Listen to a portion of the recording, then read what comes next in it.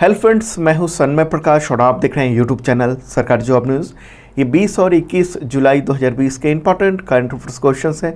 2 दिनों का है, इसलिए थोड़ा लंबा वीडियो होगा, ज़्यादा क्वेश्चन भी है।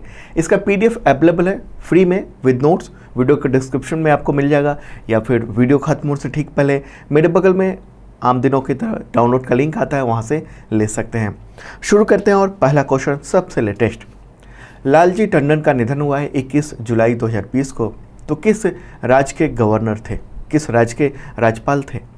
आंसर है मध्य प्रदेश। ओके, आज ही निधन हुआ है 21 जुलाई को 85 ईयर की उम्र में। अब पिछले कुछ दिनों से या कहें महीने से बीमार चल रहे थे, लखनऊ में इलाज चल रहा था और वहीं पर उनकी डेथ हुई है। लालजी टंडन का जन्म हुआ था 12 अप्रैल 1935 को लखनऊ में ही, और उन्होंने अपना जो पॉलिटिकल करियर है वो 1960 में शुरू किया था। लखनऊ से वो 15वीं लोकसभा के सदस्य भी रहे थे, सांसद रह चुके हैं, और 2018 में उनको बिहार का गवर्नर बनाया गया था। बाद में फिर उनको मध्य प्रदेश का गवर्नर बनाया गया, वहाँ के राज्यपाल थे। और उनके बीमार होने की स्थिति में ही यूपी की जो गवर्नर है आनंदीबेन पटेल, उनको प्रभार दिया गया था मध्य प्रदेश का, लेकिन वो कहलाए मध्य प्रदेश के ही राज्यपाल। ओके, तो गवर्नर बनने से पहले वो मूल रूप से उत्तर प्रदेश की पॉलिटिक्स में ही सक्रिय रहते थे, और यहाँ जो बीजेपी की सरकार रही उत्तर प्रदेश में, उस वक्त वो मंत्री भी थे, और ख़ास तौर पे वो अटल बिहारी वाजपेयी के सहयोगी माने जाते थे। जब अटल बिहारी वाजपेयी प्रधानमंत्री थे उस वक्त और उससे पहले भी पूरा पॉलिटिकल जो कामकाज था लखनऊ का, वहाँ के संसदीय क्षेत्र का, तो वही संभालते थे। उनके 3 बेटे हैं, और एक बेटा जो है गोपाल जी टंडन, वो योगी सरकार में मंत्री हैं। चलिए आगे बढ़ते हैं। अगला बहुत ही इंपॉर्टेंट क्वेश्चन है। भारत के किस पड़ोसी देश ने करोड़ों लोगों को प्रलंकारी बाढ़ से बचाने के लिए, या फिर उसके कहें कि उसकी तबाही से बचाने के लिए बांध को धमाके से तोड़ दिया, बम से डैम को तोड़ दिया? ऐसी घटना आमतौर पे नहीं होती है, बिल्कुल नहीं देखने को मिलती है। आंसर है चीन। चीन ने ये किया है। देखिए, चीन में बाढ़ बहुत भयानक स्थिति ले चुकी है, और पानी का दबाव नदी में कम करने के लिए बांध को जो है उड़ा दिया गया। ओके, वहाँ पर वैसे तो 140 लोगों की मौत हो चुकी है, लेकिन सही आंकड़ा वो कभी बताता नहीं है चाइना, और 52 लाख लोग वहाँ पर प्रभावित हुए हैं, उनको दूसरी जगहों पर जाना पड़ा है। और वहाँ छोटी बड़ी जो 433 नदियाँ हैं वो बेकाबू हो गई हैं बारिश के पानी की वजह से।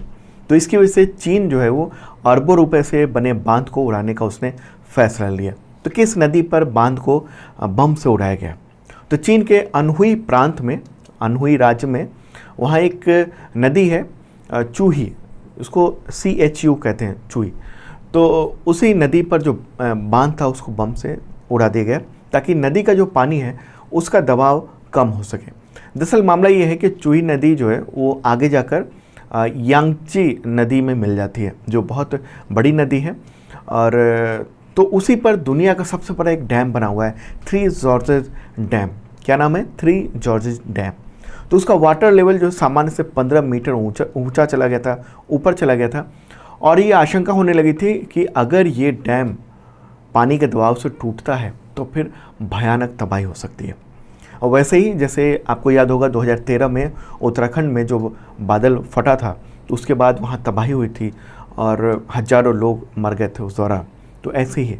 तो चीन के अधिकारियों ने इस बड़े डैम को बचाने के लिए जो यांगची नदी पर मौजूद था, तो उसको बचाने के लिए उससे मिलने वाली जो नदी है, ट्रिब्यूटरी है चूही नदी, तो उसको, उसके बांध को बम के धमाके से उड़ा दिया, और पानी का दबाव कुछ कम हुआ, और वो पानी मैदानी इलाकों में, कुछ शहरों में फैल गया। लेकिन उससे उतना नुकसान नहीं हुआ जो अचानक पानी आता डैम टूटने की वजह से। वो तो एक तरह से तबाही को बचाने के लिए किया गया। ओके, और बारिश की वजह से वुहान सहित कई सारे शहरों में खतरा पैदा हो गया। तो तबाही से बचाने के लिए ही ये तटबंध को तोड़ने का काम जो है ना, ये अक्सर होता रहा है। बिहार में भी जब बाढ़ हर साल आते हैं तो ग्रामीण क्या करते हैं कि कई जगह या तो तोड़ देते हैं या कुछ ऐसी व्यवस्था करते हैं ताकि दूसरी जगहों पर उसका नुकसान ना हो। अगर बांध टूटता है तो उसका पानी जो है उसके वेग से बहुत ज़्यादा दिक्कत ना होने पाए। ओके, और बांध को लेकर पर्यावरणविद भी हमारे देश में भी काफ़ी सवाल उठाते रहे हैं, क्योंकि इसके टूटने से बहुत ज़्यादा खतरा होता है। ओके, देखिए वैसे तो भारत में भी असम और बिहार में अभी बाढ़ है और लाखों लोग परेशान हैं। बाढ़ का पानी वहाँ असम और बिहार के बहुत सारे इलाकों में जो घरों में घुस गया है और दर्जनों लोगों की जान जा चुकी है। तो ये एक इम्पॉर्टेंट बात थी, चूँकि डैम को तोड़ना ये नेचुरल बात नहीं है, सामान्य बात नहीं है, तो इसलिए ये क्वेश्चन इम्पॉर्टेंट हो जाता है। ओके, क्योंकि आमतौर पर डैम को बनाना जो है वो विकास का सूचक माना जाता है, लेकिन जब हम नेचर के साथ खिलवाड़ करते हैं तो ये भी हम लोग को देखने को मिलता है। तो इम्पॉर्टेंट बात है, कभी अगर एग्जामिनेशन में कुछ पॉइंट लिखने को मिले तो आप ये सभी दे सकते हो। चलिए आगे बढ़ते हैं, अगला क्वेश्चन है, ये भी इम्पॉर्टेंट है। आईसीसी ने T20 वर्ल्ड कप कब तक के लिए स्थगित कर दिया है? आंसर होगा वर्ष 2022। ठीक है, तो इंटरनेशनल क्रिकेट काउंसिल यानी आईसीसी ने ये 20 जुलाई को अनाउंसमेंट किया है। ठीक है, और T20 वर्ल्ड कप जो है वो कहाँ होना था, कब होना था? तो ऑस्ट्रेलिया में होना था, अक्टूबर से नवंबर 2020 के बीच में। तो कोविड-19 पेंडेमिक है, उसकी वजह से इसे स्थगित कर दिया गया है और अब ये उम्मीद की जा रही है कि इंडिया में जो IPL होता है अब वो UAE में हो सकता है, क्योंकि उसके लिए एक तरह से टाइम मिल गया है। आगे बढ़ते हैं, अगला क्वेश्चन भी इंपॉर्टेंट है। किस कंपनी ने सबमरीन केबल से भूकंप चेतावनी सिस्टम तैयार किया है? Earthquake warning system. आंसर होगा गूगल। ओके, ये बहुत इंपॉर्टेंट क्वेश्चन है, थोड़ा सा मैं समझाते रहूँ आपको। सबमरीन केबल क्या होता है? सबसे पहला सवाल, सबमरीन नाम से आप मत समझ लेना कि पनडुब्बी।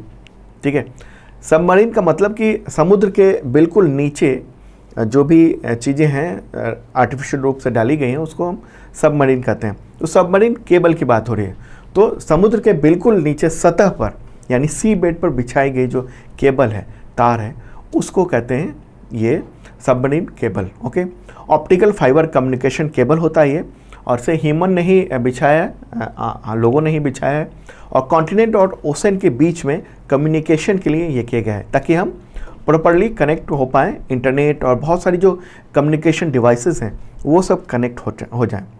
और दुनिया में जो इंटरनेट यूज़ करते हैं, आप भी करते हैं यूज़, हम भी करते हैं, वो सब उसी केबल के थ्रू ये इंटरनेट चल रहा है। ओके, तो इंटरनेट की जो पूरी दुनिया है वो केबल के थ्रू ही चल रही है। हमने आपको बगल में मैंने दिखाया भी पूरी दुनिया में किस तरह से केबल का जाल बिछा हुआ है, और ये समुद्र के सी के बेड मतलब सी बेड जो है ना उसको होकर आगे बढ़ा है। तो ये एक बेसिक बात थी। जैसे आप उदाहरण के तौर पर मैं आपको बताऊं कि आप जो अभी वीडियो देख रहे हो यूट्यूब का, वो अमेरिका में मौजूद गूगल के सर्वर पर है, तो वहाँ से आप तक कैसे पहुँच रहा है?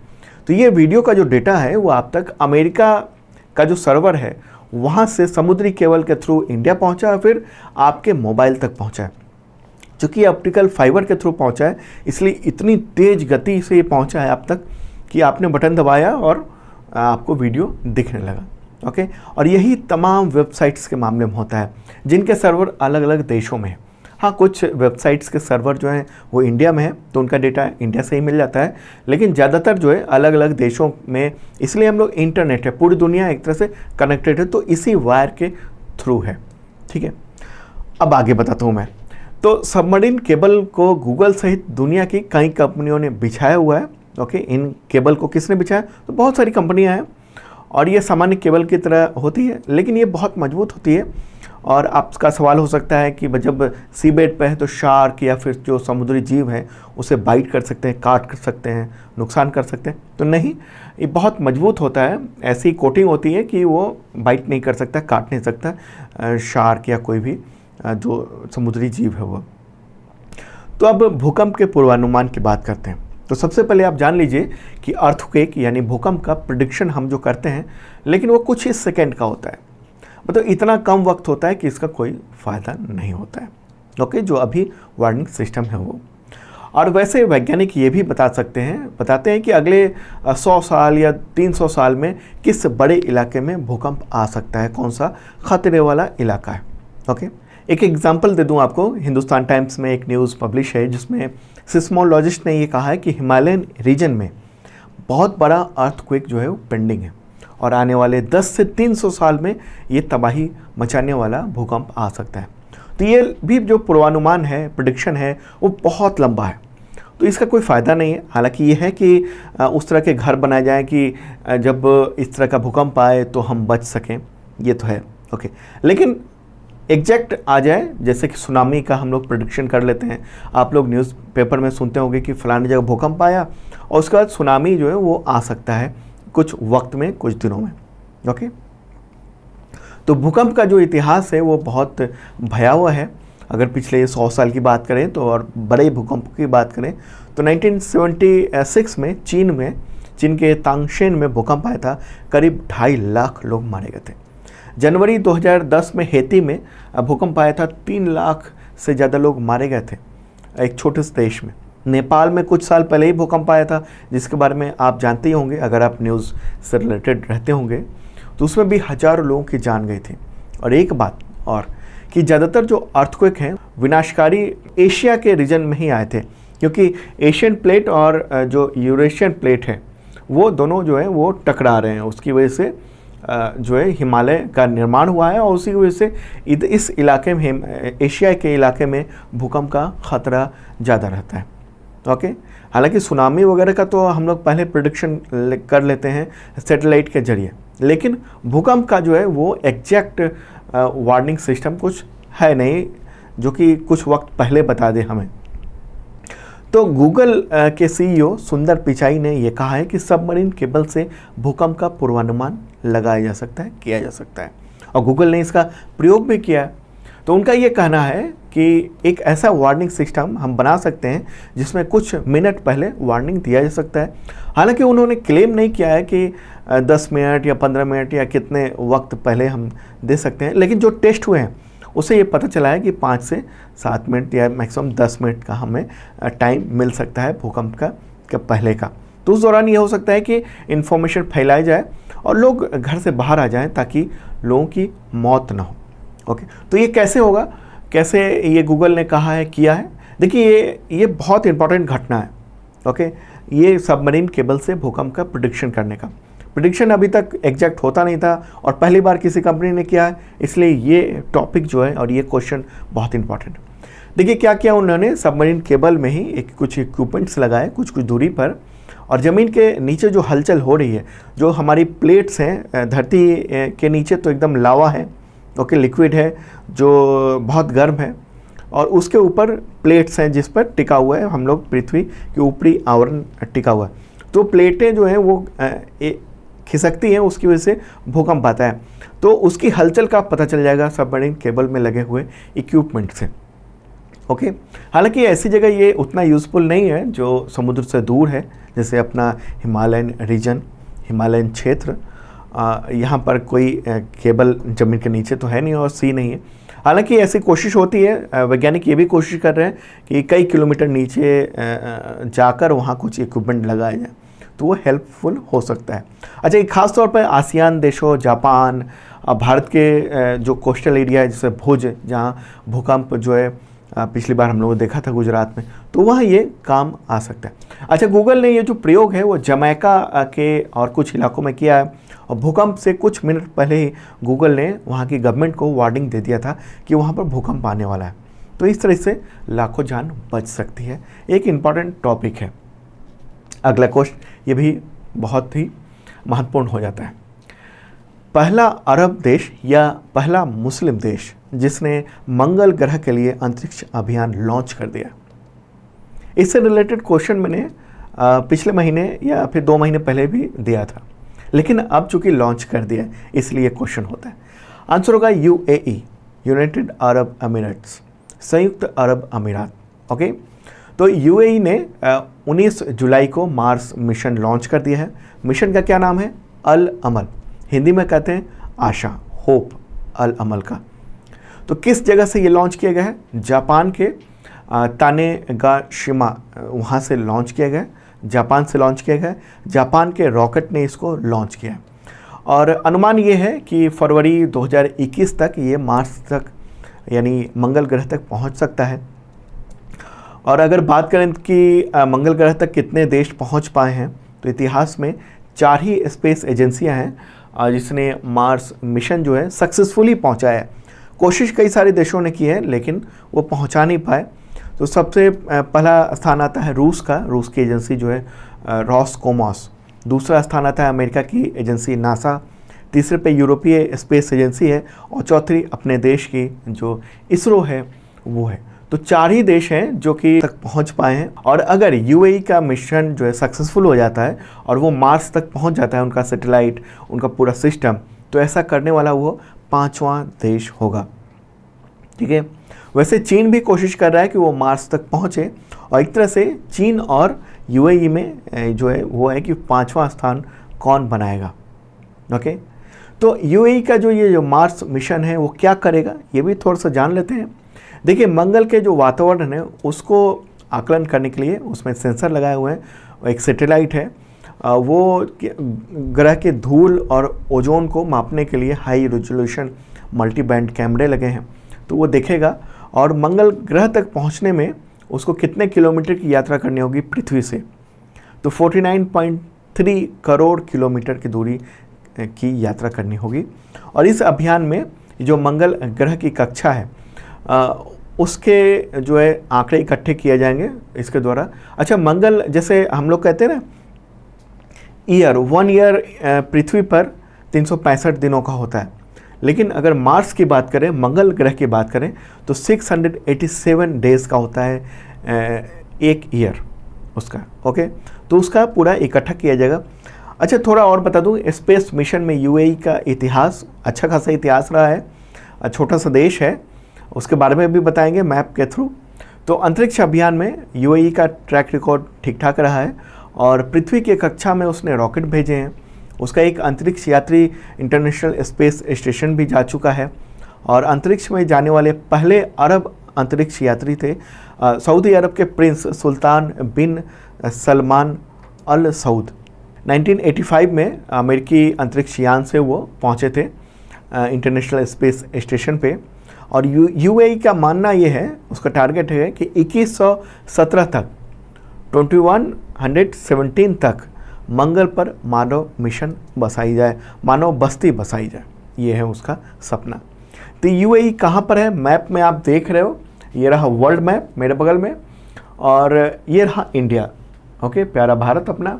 और यहाँ से जब अरब कंट्री की ओर चलेंगे, हिंद महासागर होते हुए आगे अरब सागर की खाड़ी के आगे, तो सऊदी अरब है और ओमान से सटा हुआ है, यह है यूएई। ओके, पर्शियन गल्फ यानी अरब की खाड़ी और गल्फ और ओमान यानी ओमान की खाड़ी से लगा हुआ है। आबादी 1 करोड़ से कम ही है, तकरीबन 90 लाख। कैपिटल है अबू धाबी। ओके, प्रेसिडेंट कौन है, खलीफा बिन जायद अल नहान। प्रधानमंत्री कौन है, मोहम्मद बिन राशिद अल मखतूम। ओके, और जो सबसे बड़ा शहर कौन सा है यूएई का, दुबई। ओके, अगला question, para athlete Ramesh Tikaram का 16 जुलाई 2020 को कोविड-19 से निधन हो गया, तो उन्हें कौन सा खेल पुरस्कार मिला था, कौन सा खेल पुरस्कार इनमें से मिला था? आंसर होगा अर्जुन पुरस्कार। ओके, वो 51 ईयर के थे और 29 जून से बेंगलुरु के हॉस्पिटल में उनका कोरोना का ट्रीटमेंट चल रहा था और उनका आखिरकार निधन हो गया। अगला क्वेश्चन लेते हैं, नेल्सन मंडेला अंतर्राष्ट्रीय दिवस कब मनाया जाता है? आंसर होगा इसका 18 जुलाई। ओके, देखिए, उनको दक्षिण अफ्रीका का महात्मा गांधी कहा जाता था। उन्होंने रंग भेद के खिलाफ बड़ी लंबी लड़ाई लड़ी थी, सालों जेल में रहे थे, मतलब 27 साल तक रॉबिन द्वीप में जेल में उन्होंने वक्त बिताए थे रंग भेद विरोधी संघर्ष अभियान के दौरान। बाद में वो प्रेसिडेंट बने। तो 1993 में उन्हें शांति का नोबेल प्राइज़ भी मिल चुका है। वो दक्षिण अफ्रीका के पहले अश्वेत प्रेसिडेंट भी थे। ओके, 18 जुलाई को उनका जन्मदिन होता है, तो इस दिन को संयुक्त राष्ट्र महासभा ने रंग भेद विरोधी संघर्ष में नेल्सन मंडेला के योगदान को लेकर उनके जन्मदिन को ही मंडेला दिवस घोषित किया था। अगला क्वेश्चन, मोरिसाना कॉयट और मारियाना वर्दिनॉयनिस, उनको 2020 का कौन सा पुरस्कार से नवाजा गया है? आंसर होगा नेल्सन मंडेला पुरस्कार। ओके, वो नेल्सन मंडेला पुरस्कार विजेता है इस बार के। ग्रीस की मरियाना वर्दिनोयानिस हैं और गिनी के हैं मोरिसाना। तो उनको संयुक्त राष्ट्र की चयन समिति ने चयनित किया, सेलेक्ट किया और उनको ये जो है पुरस्कार वो दिया गया है। ओके, चलिए आगे बढ़ते हैं, अगला क्वेश्चन लेते हैं। विश्व शतरंज दिवस कब मनाया जाता है? World chess day. आंसर होगा 20 जुलाई। ठीक है, 20 जुलाई को ये दिवस मनाया जाता है। क्यों? क्योंकि पेरिस में अंतर्राष्ट्रीय शतरंज महासंघ यानी फिडे की स्थापना हुई थी 20 जुलाई 1924 को। तो इसी दिन को चेस डे के रूप में ये मनाया जाता है। ये यूनाइटेड नेशंस की ओर से ये घोषित है डे। अगला क्वेश्चन लेते हैं। भारत ने अमेरिका, जर्मनी, ब्रिटेन और फ्रांस के साथ हवाई यात्रा शुरू करने के लिए समझौता किया है। तो उसका नाम क्या है? क्या किया गया है? बहुत इंपॉर्टेंट क्वेश्चन है और इस वक्त कोविड-19 के दौरान ये काफ़ी चर्चा में है। आंसर होगा एयर बबल। ठीक है, देखिए एयर बबल है क्या? सबसे पहली बात, अभी कोविड-19 के दौरान जो यात्रा है, इंटरनेशनल यात्रा, इंटरनेशनल फ्लाइट्स, वो सब खतरनाक हो रही हैं। क्यों? क्योंकि कोविड-19 फैलने का ख़तरा बहुत ज़्यादा है। जैसे इंडिया में ये जो वायरस आया, ये फ़्लाइट से ही आया, जो कि जो यात्री थे विदेश से आए यहाँ पर इंडिया में, वो वायरस लेके आए और धीरे धीरे पूरे देश में ये फैल चुका है। हम लोग तो काफ़ी ज़्यादा संख्या हो गई है, 30 नंबर है दुनिया में। तो ऐसे में जो है वो कोई भी देश एक दूसरे देश पर बहुत ज़्यादा भरोसा नहीं कर पा रहा है कि हम उसके लिए इंटरनेशनल फ़्लाइट खोलें या नहीं खोलें। ओके, तो ऐसे में क्या किया जाता है? एक वर्ड है एयर बबल, मतलब कि हम ये तय कर लें कि हमारे यहाँ इन देशों से ही लोग आएंगे और हमने मान लिया कि हम ये देश से ही लोग जो है एक दूसरे देशों में विजिट करेंगे, तो उसको एयर बबल का नाम दिया गया है।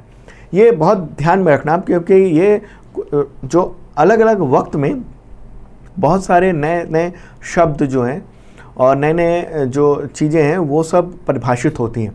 तो एयर बबल अभी काफ़ी चर्चा में है कोविड-19 के दौरान। तो जो भी इस तरह की चीज़ें होती हैं वो भी ध्यान में रखना ज़रूरी है। तो 16 जुलाई को ही केंद्रीय नागरिक उड्डयन मंत्री हैं हरदीप सिंह पुरी, तो उन्होंने ये जानकारी दी है। अगला क्वेश्चन लेते हैं। नेपाल पुलिस की गोली से 18 जुलाई को एक भारतीय नागरिक घायल हो गया। तो ये घटना किस राज्य की अंतर्राष्ट्रीय सीमा से जुड़ी हुई है? इंटरनेशनल बॉर्डर पर यह घटना हुई है। नेपाल के साथ हमारा तनाव बढ़ रहा है। इसका आंसर होगा बिहार। देखिए ये घटना 18 जुलाई को है, उस वक्त ये 18 जुलाई को, और वहाँ जो नेपाल की सीमा पर नेपाली पुलिस है, तो उसने बिहार के किशनगंज में एक भारतीय नागरिक को गोली मार दी और कई सारी गोलीबारी की उसने, नेपाली पुलिस ने। और ये देखें तो ये दूसरी घटना है हाल के दिनों में जब गोली मारी गई है। और ये जो है एक तरह से टेंशन बढ़ रहा है, चूँकि वहाँ जो ओली सरकार है वो भारत विरोधी लगातार बयान दे रहे हैं और इस तरह के जो टेंशन के मामले हैं वो क्रिएट एक तरह से किए जा रहे हैं ताकि इंडिया और नेपाल के बीच में टेंशन काफ़ी बढ़ जाए। लेकिन भारत जो है संयम है और पूरे मामले पर नज़र रखा हुआ है। अगला क्वेश्चन लेते हैं। रजत मुखर्जी का निधन हुआ है 19 जुलाई को, तो किस क्षेत्र से जुड़े हुए थे, किस लिए वो चर्चित थे? आंसर होगा फिल्म निर्देशक थे, फिल्म डायरेक्टर थे वो बॉलीवुड फिल्मों के। उनकी फिल्म 2001 में रिलीज हुई थी, एक थी उनके डायरेक्शन में, प्यार तूने क्या किया, ये फिल्म थी। इसके अलावा भी और भी कई सारी फिल्मों में उन्होंने अच्छा काम किया था। अगला क्वेश्चन लेते हैं। अनुसूचित जाति के गरीब लोगों के विकास के लिए किस राज्य सरकार ने नवीन रोजगार छतरी योजना लॉन्च की है? शेड्यूल कास्ट के लोगों के लिए, उनके डेवलपमेंट के लिए। आंसर होगा उत्तर प्रदेश। मुख्यमंत्री योगी आदित्यनाथ ने 19 जुलाई को ये योजना शुरू की है। इसके अलावा एक और योजना शुरू की गई है, पंडित दीनदयाल उपाध्याय स्वरोजगार योजना। ओके, अगला क्वेश्चन लेते हैं। Formula 1 race Hungary Grand Prix champion कौन बना है? आंसर होगा लुइस हैमिल्टन। ओके, 6 बार के फार्मूला 1 चैंपियन और मर्सिडीज़ टीम के ड्राइवर हैं लुइस हैमिल्टन। तो उन्होंने 19 जुलाई को ये खिताब अपने नाम कर लिया और इसके साथ ही उन्होंने किसी एक सर्किट पर सबसे ज़्यादा खिताब जीतने का जो दिग्गज जो रिकॉर्ड था माइकल शूमाकर के नाम था, तो उसके बराबरी कर ली है उनकी। ओके, तो हंगरी में ये आयोजन हुआ था, उसकी राजधानी क्या है? बुडापेस्ट। अगला क्वेश्चन, दिल्ली के बाद किस राज्य ने कोरोना मरीजों को होम क्वारंटाइन करने की मंजूरी दी है? मतलब ऐसे मरीज जो कि उनको बहुत ज़्यादा हेल्थ प्रॉब्लम नहीं हो रही है, सांस लेने में बहुत ज़्यादा दिक्कत नहीं हो रही है, तो उनको घर में ही रहने दिया जाएगा। आंसर है उत्तर प्रदेश। ओके, तो अब उत्तर प्रदेश ने भी कोरोना पेशेंट्स के लिए घर में ही रहकर इलाज करने का ये प्रावधान जारी किया है। और इससे पहले दिल्ली सरकार ने जो है कोरोना मरीजों के लिए होम क्वारंटाइन की मंजूरी दी थी। और ऐसा माना जा रहा है कि यूपी सरकार ने कोरोना के जो पेशेंट हैं उसकी संख्या बढ़ रही है, उसको देखते हुए, और अस्पताल में बेड की कमी है उसको देखते हुए ये फैसला लिया। और आपको बता दूं कि भारत में अगर हम डेटा दें 24 घंटों का, 20 जुलाई का डेटा है, तो उसके अनुसार जो 24 घंटे में 40,400 से ज़्यादा केस सामने आए थे 24 घंटे में, और 681 लोगों की मौत हुई थी। तो ये क्या है, आंकड़ा बढ़ता जा रहा है। हज़ारों लोग भारत में मर चुके हैं कोविड-19 की वजह से। बहुत सारे लोग ऐसे हैं जो कोरोना को बहुत ज़्यादा सीरियसली नहीं ले रहे हैं, उनको लगता है कि ये युवा हैं इसलिए उनको नहीं होगा। अभी एक रिपोर्ट मैं देख रहा था, आज ही की है, 21 जुलाई को ही मैं देख रहा था, झारखंड में एक माँ की डेथ हुई कोरोना की वजह से, और उसके बाद उसके 5 बेटों को भी डेथ हो गई जिसने कंधा दिया था।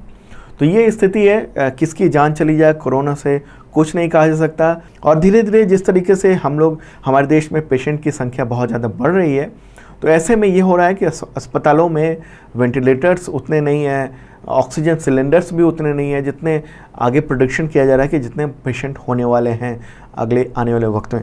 तो मेरा यही सुझाव है कि आप लोग घर में ही रहें और जितना कम हो सके बाहर निकलें, कोरोना से बचें।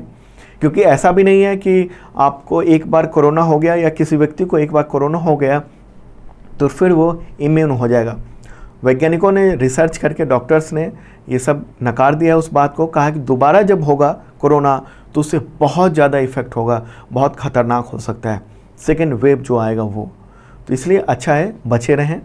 ओके, तो उत्तर प्रदेश की बात हो रही थी, ये क्वेश्चन उत्तर प्रदेश से है। राज्यपाल आनंदीबेन पटेल हैं। ओके, मुख्यमंत्री योगी आदित्यनाथ तो है ही। तो दोस्तों और भी क्वेश्चन है, उसको मैं कल के करंट अफेयर्स में ले लूँगा।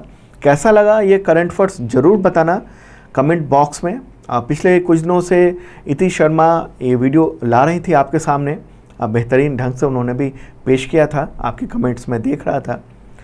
और इसका PDF अवेलेबल हो गया है, इस पूरे करंट अफेयर्स का आज का विद नोट्स है, मेरे बगल में लिंक आ गया है डाउनलोड का, क्लिक कीजिए, डाउनलोड कर लीजिए, या आप इसे वीडियो के डिस्क्रिप्शन से भी डाउनलोड कर सकते हो, वहाँ और भी PDF अवेलेबल है।